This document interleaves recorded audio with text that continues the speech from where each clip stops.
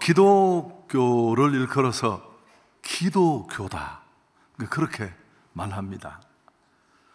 기도가 없는 종교가 없지만 살아계신 하나님을 섬기는 우리 기독인에게 기도라는 게 얼마나 중요한 위치에 있는가를 너무너무 잘 보여주는 그런 표현이 아닌가 생각합니다. 기도를 찾으면 모든 것을 찾은 것입니다. 그러나 만일 어떤 이유 때문에든지 내가 기도를 잃었다면 그건 모든 것을 잃은 것입니다. 사실 기도는 그냥 해도 돼요. 그 하나님과 내가 대화를 나누는 거니까요. 그렇지만 배우면 그 대화하는 법도 좀 훈련받고 익히면 훨씬 달라집니다. 대화법, 의사소통법 이런 것들을 배우잖아요. 그럼 나아지고 달라질 수 있거든요. 결혼해서 30년 혹은 40년을 함께 산다는 건 간단하지 않잖아요. 근데 많은 부부들이 결혼 생활 중에 예상외로 힘들어하는 게 뭘까요? 저 인간하고 나하고는 대화가 안 통합니다. 같은 한국 사람인데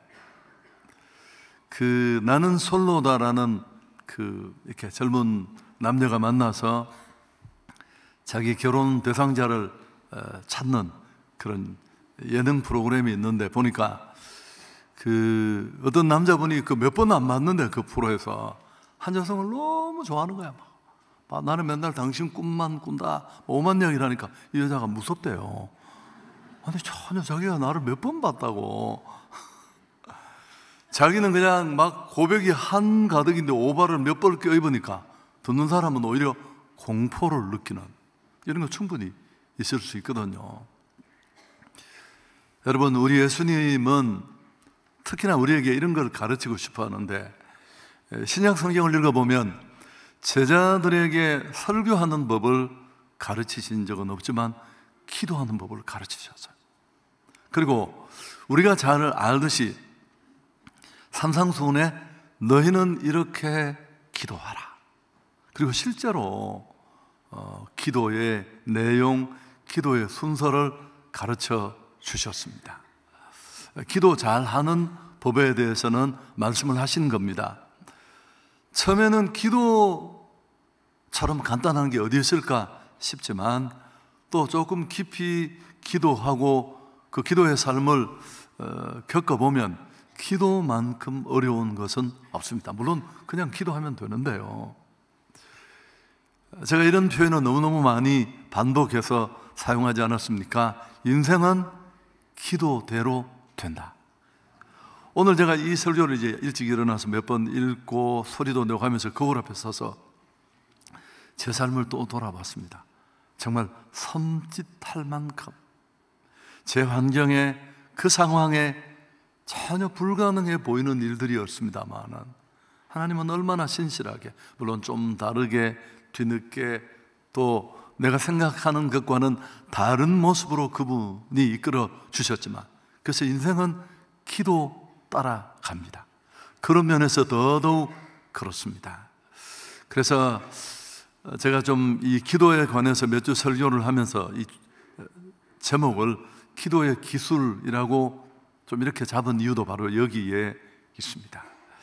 여러분, 마치 씨름과 같다면 실제로 이렇게 표현한 분도 계신데 그냥 막 씨름과 씨름을 체계적으로 배우는 사람은 어떻을까요? 게임이 안 되는 거죠. 그냥 힘만 잔뜩 알통만 올랐는데 그냥 툭 치면 잡치기로 그냥 자기 힘에 꼬꾸라져서 한 판 끝나는 거예요. 실제로 이 기도를 씨름이라고 얘기한 분이 계신데요. 데이비드 브레이드너라는 인디언을 선교했던 그런 선교사입니다. 아주 대단한 분인데요. 이분 책도 읽고 제가 글을 읽어보니까 굉장히 우울한 사람이에요. 그런데 그 안에 있는 이 우울함은 참 무서운 건데 하나님 안에서 이 우울함을 경건한 슬픔으로 승화시킨 그런 사람으로 알려져 있습니다. 온몸이 땀으로 흠뻑 젖은 상태에서 금식과 기도로 하나님 앞에 자신을 드렸습니다. 그러면서 이 데이빗 브레이더너는 자신의 이 치열한 기도의 삶을 씨름에다가 비유했습니다. 그의 일생은 기도의 일생이었습니다. 밤은 밤대로, 낮은 낮대로 그는 기도하기에 온몸을 다 드렸습니다.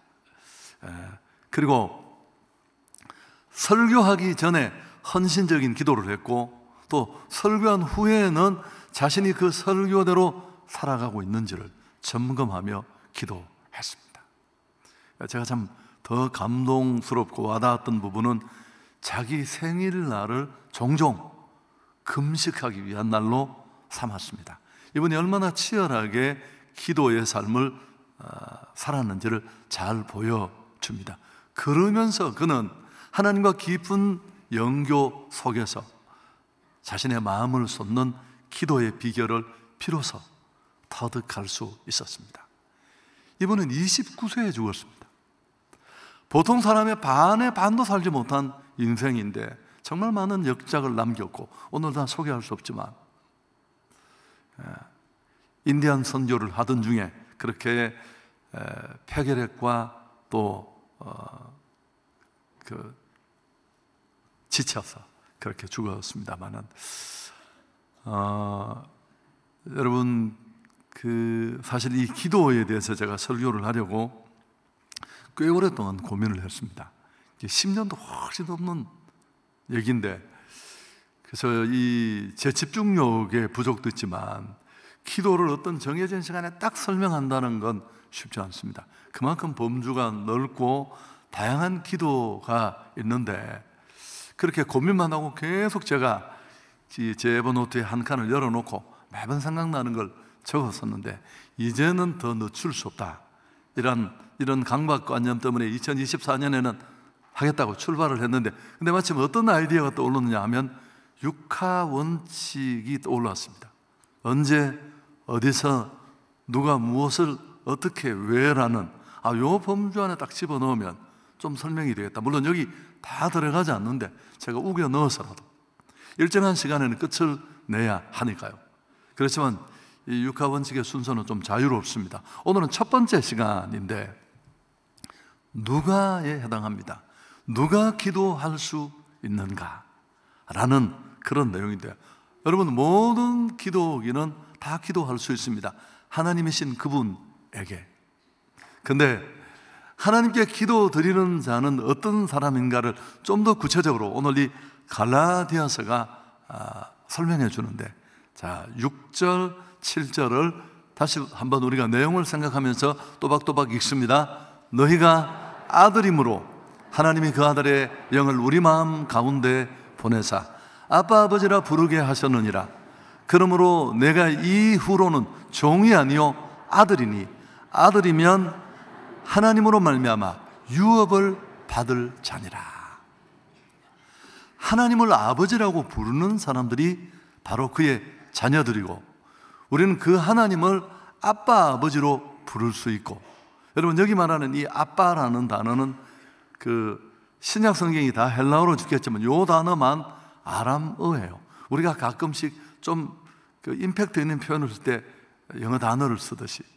근데 이 아바라는 아람어는 잘 알듯이 우리말의 아빠라는 말과 소리도 비슷하고 의미도 꼭 같아요. 그냥 아빠라고 해도 될 단어입니다. 이 아빠는 아이가 아주 친근하게 법 이런 거 따지지 않고 자유롭게 아버지를 부르는 그런 호칭으로 우리가 알고 있습니다. 그래서 하나님과 관계 속에 자녀가 된 자들이 기도할 수 있다는 뜻입니다. 근데 이어지는 4절, 5절을 보면 좀 더 부가적인 설명이 거기 들어있는데요. 때가 참에 하나님이 그 아들을 보내사 여자에게서 나게 하시고 율법 아래에 나게 하신 것은 율법 아래에 있는 자들을 속량하시고 우리로 아들의 명분을 얻게 하려 하십니다. 이 굉장한 말인데요. 때가 참에라는 이런 단어를 다 설명해야 돼요. 때가 되어서 하나님은 구원의 때에 자기 아들을 보내서 여자에게서 나게 하셨습니다. 마리아. 그리고 율법 아래에 있는 자들을 십자가를 지심으로 구원하시고, 그 구원의 결과로 마침내 우리가 하나님을 아버지라고 부르며 기도할 수 있는 그 길을, 명분을 얻게 되었다. 자, 이게 왜 중요하냐면 예수님의 구원 사역은 우리를 죄로부터 끊어내는 사역인데, 그 사역을 우리에게 아들의 명분을 주시기 위한 사역으로 설명하고 있다는 사실입니다. 아멘. 여러분, 기도를 딱 말하면 우리는 항상 불편합니다. 이 목사들 책임이 굉장히 큰데, 특세 나오세요. 맨날 이렇게 쪼으니까 고장난 피아노처럼 뭘 또 나오라는 거야. 이게 무슨 의무를 지고 책임을 지고 짐을 지는 걸로 생각한다. 아니에요, 여러분. 축복이고 특권인 줄 믿습니다. 예수님이 자기 몸을 찢고 피 흘려 죽으심으로 죄와 담으로 막혔던 하나님과 우리 사이를 열어주신 줄 믿습니다. 그리고 그 하나님을 아버지라고, 아빠로 부르면서 요청할 수 있는 길이 열렸다는 겁니다. 자, 자녀만이 하나님을 아버지로 부를 수 있는데, 요한복음 1장 12절, 이거 인용하지 않겠습니다. 한성교회 성도가 이걸 못 외우면 이건 자존심의 문제입니다. 영접하는 자, 곧 그 이름을 믿는 자들에게는 하나님의 자녀가 되는 권세를 주셨다. 이 권세라는 단어는 특권이라는 단어로 바꿀 수 있습니다. 누가 그 대단하신 하나님 앞에 기도하고 아빠라고 부를 수 있다고요? 예수 그리스도를 나의 구주로 영접한 하나님의 자녀된 우리 한 사람 한 사람이 바로 이 축복, 이 특권을 누리고 있는 줄 믿습니다. 자녀만이 하나님을 아버지라고 부를 수 있는 겁니다. 예수님은 이 중요한 진리를 보여주려고도 오신 겁니다. 하나님을 아빠라고 부를 수 있다. 이건 그 시대나 지금이나 대단히 파격적인 겁니다. 멀리서 존경하고 대단한 분이고 무섭고 두렵고 어려워하는 분이 아니라, 그럴 뿐만 아니라 가깝고 친근하고 사랑하고, 조금 격식에 맞지 않는 어떤 얘기를 하더라도 아빠는 다 용납이 되잖아요. 여러분, 하나님을 향해 감히 아버지라고 부른다는 것, 이거 굉장한 일이에요. 아니, 내가 태어났더니만 우리 아버지가 워렌 버핏이에요. 그걸 또 모르면 어렵네. 내가 한국 사람 이름 되면 또 시비 거는 분이 계실까 봐. 세계 최고 부자. 그분이 너 아버지예요? 아니, 뭐 몽땅 다 도네이션 했다는데, 여러분, 그런 거 다 믿으시면 안 돼요. 워렌 버핏이 다 내놔도 아들 둘 건 또 따로 있는 거예요, 그게 다. 이런 거 설명 안 해도 되죠. 그래서 자녀 된 자만이 누리는 축복이고 특권인 줄 믿습니다. 다른 인간적인 조건이나 방법으로는 불가능해요. 믿음으로 그 예수를 나의 구주로 받아들이고 자녀 된 자만이 누릴 수 있는 축복이고 특권입니다. 자, 갈라디아서 3장 26절 함께 읽습니다. 너희가 다 믿음으로 말미암아 그리스도 예수 안에서 하나님의 아들들이 되게 했다. 세상에, 이슬람교의 신인 알라를 부르는 이름이, 그 신의 호칭이 그렇게 많대요. 100여 가지가 된다는데 그 호칭 속에 아버지는 없어요. 누가 기도할 수 있습니까? 누가 하나님이신 모든 것을 가지고 계신 내 육신의 부모는 늘 주고 싶고, 저 자식 정말 지금도 변변찮은데 내가 다 많이 도와주고 싶지만 뭐가 안 되나요? 형편이 안 되잖아요. 하나님 그분은 그런 거 없습니다. 그 모든 것을 가지신 하나님을 아버지라고 부르시는 축복이 우리에게 주어진 줄 믿습니다. 여러분, 15절에 보면 유업을 얻는다, 과거 번역은 상속자가 된다고 했습니다. 우리가 읽은 단락 끝에 우리 금 수저, 다이아 수저 얼마나 부러워합니까? 나는 받은 게 없고 나는 얻은 게 없고. 제가 실제로 청년 사역을 할 때 이런 친구를 상담했어요. 저한테 찾아와서 온갖 우울한 표정으로 자기는 아무것도 볼 게 없대. 자기를 밀어줄 아버지도 엄마도 별로 가진 게 없고 지 얼굴도 네모로 생겼대. 내가 보니까 네 얼굴이 어디 그게 네모냐. 물론 그 친구 얼굴이 아주 동그랗지는 않았습니다만, 그래서 내가 너 뭘 잘못 알고 있다. 우리는 아버지가 두 분이 계신다. 나도 그때 내 육신의 아버지는 이미 돌아가셨지만 우리에게는 또 한 분의 대단한 아버지가 계신다. 우리가 예수 믿음으로 언제든지 은혜의 보좌 앞에 나가 아빠라고 부를 수 있는 하나님의 아버지신 줄 믿습니다.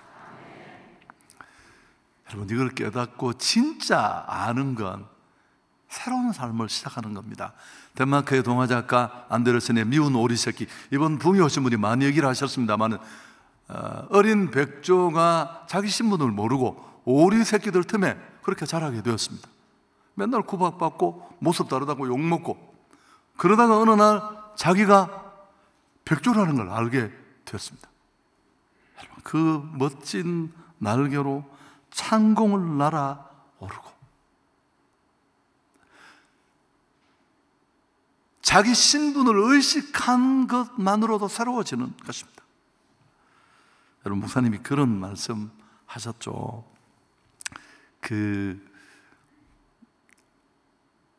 내가 바뀌지 않더라도, 오늘 지금 내가 처해 있고 직면해 있는 환경이 여전히 절망이더라도, 내가 하나님 아들이고 모든 것을 가지고 계신 그 하나님이 내 아버지다. 이 신분의식이 제대로 꽂히면 우리 삶에 큰 변화가 일어날 줄 믿습니다. 바보 빅터라는 책이 있는데요, 이건 빅터 브리아리 고프, 이 이름은 약간 틀려요. 이름이 길어요, 이 아저씨가. 근데 이분은 선생님의 실수로 IQ가 73인 줄 알았어요. 바보처럼 살았어요, 바보처럼. 우연한 기회에 IQ를 조사했는데 세상에 173이에요. 그때부터 천재처럼 살기 시작했어요. 강연을 하고 책을 쓰고. 여러분, IQ 140 이상이 갈 수 있는 멘사 클럽의 회장이 되고, 오늘 이런 눈이 열리기를 축복합니다. 막연히 나는 예수 오래 믿었고 직분을 가졌고 내가 몇 대째 신앙생활로, 여러분, 그런 거 말고요, 진짜 기도.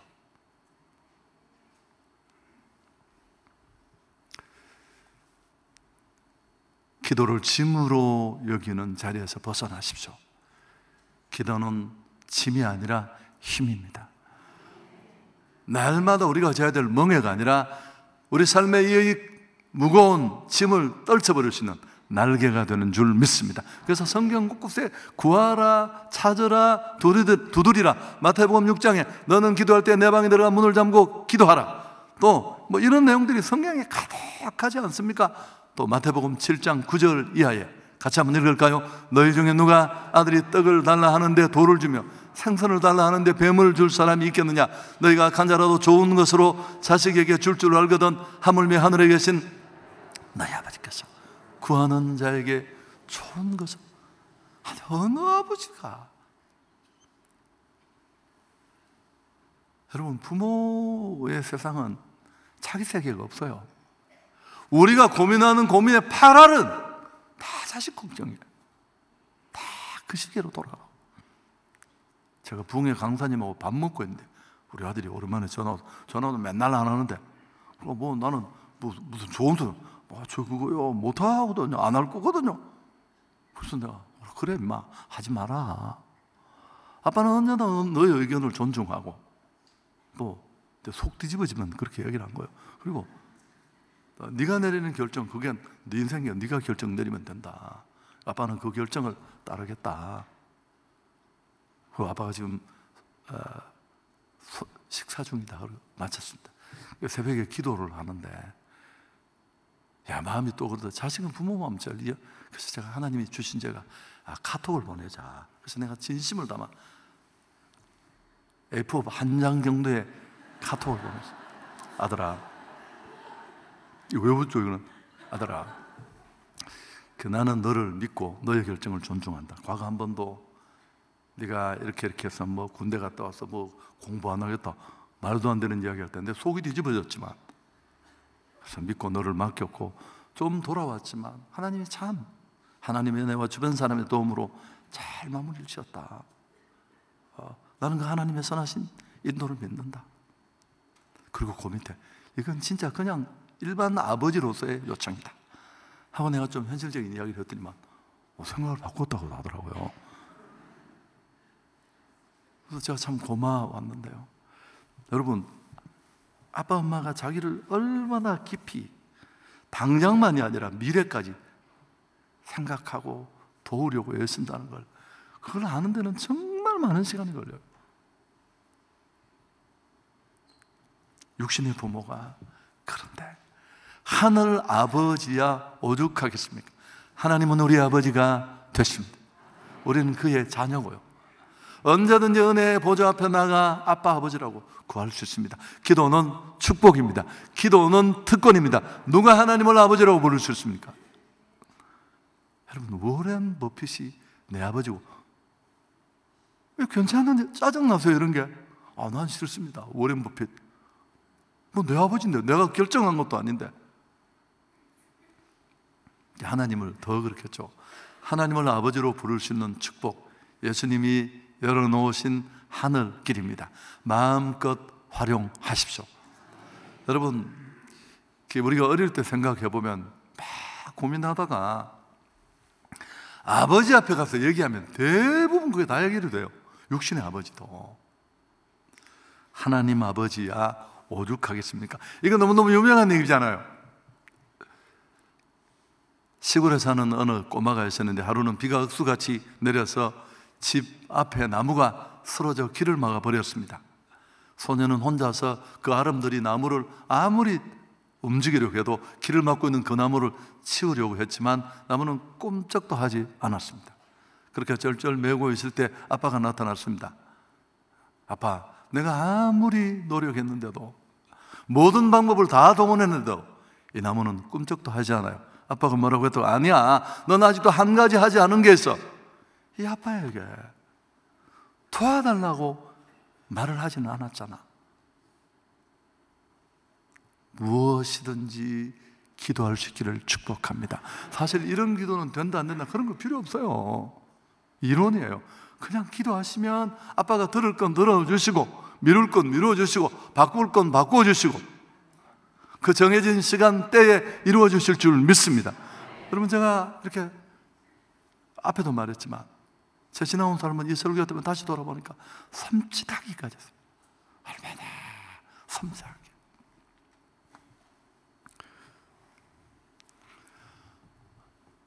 그리스도인에게 기도가 차지하는 비중은 사뭇 큽니다. 근데 얼마나 많은 성도들이 자기는 기도를 알고 있다고 착각하고 있습니다. 그런 지식 말고요, 진짜 내 안에 절망, 해결하지 못하는 그 어둠이 그분을 만진 듯 만나 하나님의 개입 없이는 설명할 수 없는 그런 일을 실제로 경험하는 것, 정말 달라질 수 있습니다. 기도에 대해 깊이 눈뜰 수 있는 기회가 이번에 열리기를 축복합니다. 여러분, 기도가 우리에게 맡겨진 얼마나 대단한 최상의 일인지 그걸 우리가 좀 제대로 알고 깨달았으면 좋겠습니다. 금수저 불어하는데 끝나지 말게 하시고 하나님의 모든 복과 능력을 끌어들이는 파이프라인입니다. 인간의 무능과 하나님의 전능을 연결하는 그 이음줄이 기도예요. 무엇보다 중요한 것은 오늘 당장 기도를 시작하는 것입니다. 아멘.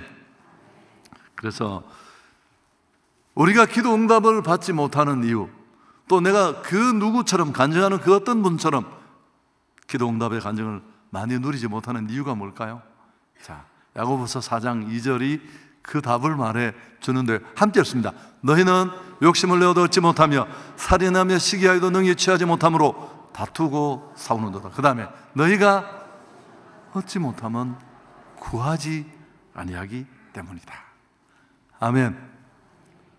그래서 기도를 계속할 수 있는 평생 무릎의 사람으로 그 파이프라인을 그 하늘에 꽂고 내 아무것도 없는 삶을 뛰어넘어 축복을 누릴 수 있는 비결은 뭘까요? 사실은 기도를 진짜 체험하는 겁니다. 제가 과거에 집회 나갈 때 이 시편 116편으로 설교를 많이 했는데, 그 시편 116편을 읽어보면 제가 그냥 설명드릴게요. 시인은 절대 절망을 만났습니다. 죽음, 사망의 길, 이런 단어들이 막 나와요. 시적 표현이 아니라 시인이 지금 직면해 있는 현실을 말하는 겁니다. 양사방 어디를 돌아봐도 도울 사람 한 사람도 없습니다. 누구한테 부탁하고 병원 찾아가면 도와주고, 여러분 그건 위기도 아니에요. 이 절대 절망 속에 온 사방이 꽝꽝 막히고 컴컴하지만 그래도 눈을 들어 하늘을 보면 하늘은 열려 있었습니다. 시인은 이 문제를 가지고 하나님 앞에 나가 절규합니다. 근데 하나님은 기적적인 은혜로 그를 그 절망에서 회복시켜 주시고 고쳐주십니다. 시인이 기도의 축복을 진짜 경험하고 누리고 나니까 너무 좋아서, 사실은 이 시편은 구조가 앞에 먼저 결심을 하고 뒤에 그 내용을 설명하는 형식인데요, 116편 2절에 그 기도의 응답 축복을 경험한 시인이 이렇게 결단합니다. 그의 귀를 내게 기울이셨으므로 내가 평생에 기도하리로다. 아멘. 시인은 이 순간에 이번 기도가 응답받고 하나님이 위기 속에 나를 건져주신 것을 감사하는 단계를 뛰어넘어 하나님, 이런 하나님과 평생 내 인생을 얘기하며 그 하나님의 도움받고 살겠습니다. 아멘도 진짜 너무 안 하신다. 와. 설교하다가 짜증이 팍 몰려. 내 성질이 아직도 이랬어. 왜 아멘을 안 하시는 거예요? 좋습니다. 짜증 받아주셔서 감사하고. 여러분, 저도 엉터리였는데, 제가 이제 여러분에게 좀 공감을 하게 해야 되니까, 제가 첫 번째 기도 응답을 체험한 게 좀 부끄럽지만 자세히 이야기 안 하면 되니까, 첫 번째가 뭐였냐면 악습이었습니다. 그 청년기에 저한테 매달려 있던 그거, 좀 시간이 걸렸지만 제가 하나님 앞에 기도했고 그냥 한 방에 잘라주셨어요. 그리고 두 번째는 우리 아버님의 갑작스러운 병환. 그래서 일회 독자인 제가 그분만 보고 살았는데 하늘 아버지를 잘 모를 때니까 그건 진짜 청천벽력과 같아서 우리 아버지 살려달라고. 아버지는 돌아가셨어요. 그렇지만 제가 우리 가정이 다 신앙인이 되고 목회의 길을 가게 되고, 그 다음에 제가 어디서 어떻게 살아갈 것인가 하는 문제를 두고 정말 치열하게 금식하며 기도했고요. 하나님은 참 놀라운 방법으로 저를 여기까지 인도하셨고, 그분을 빼면 주님을 빼고선 설명이 안 되네. 은혜 속에 살고 있었네. 그 다음 또 하나가 우리 아이들. 아까도 말했지만 부모는 다 자식 걱정이고, 여러분 아시죠? 하나님은 또 자식을 통해 바로 복수를 하십니다. 내가 우리 부모 마음을 아프게 했던 거 비슷한 주제로 해서 야, 내가 복수당하는구나 그렇게 느낄 때가 많아요. 근데 뭐 할 수 있는 일이, 머리 다 큰 애들이 누가 말을 듣나요? 그래도 아쉬운 마음 담아 생각과 다른 그 불편함 속에 정말 저걸 호적에서 지울까 싶을 그럴 때도 있지만 그래도 또 기도하면 나를 인도하신 하나님이 그를 인도하실 줄 믿습니다. 왜요? 정확하게 말하면 걔는 내 아이가 아니에요. 착각하지 마십시오. 하나님의 사람인 줄 믿습니다. 내 욕망을 이루는 대리 욕망을 이룰 존재가 아니에요. 이 세상에 사람이 필요해서 하나님이 내 가정에 부탁하는 겁니다. 그래서 나는 하나님의 기대에 맞게 잘 만들어서 출품하는 겁니다. 유대인들은 12세, 13세 여자 남자 한 살 차이가 성년식이 뭐라고요? 그 12년, 13년 동안 잘 키워서 하나님 앞에 돌려드리고 빠이빠이 하고 끝나는 거예요, 그냥. 우리는 빠이빠이는 그냥 결혼시키고도 또 AS를 7년씩, AS가 끝이 없어요. 결제도 안 들어오는데 맨날. 밤에 전화 오면 소방서 전화보다 더 무섭습니다. 이게 뭔 일이 또 생겼는가 싶어서. 우리 집 아이들이 특별히 뭐 그런 거 없어요. 그냥 내 일반적인 얘기를, 또 이런 걸 가서 뭐 또 우리 애들한테 얘기하면 내가 어려워져요. 좋습니다, 여러분.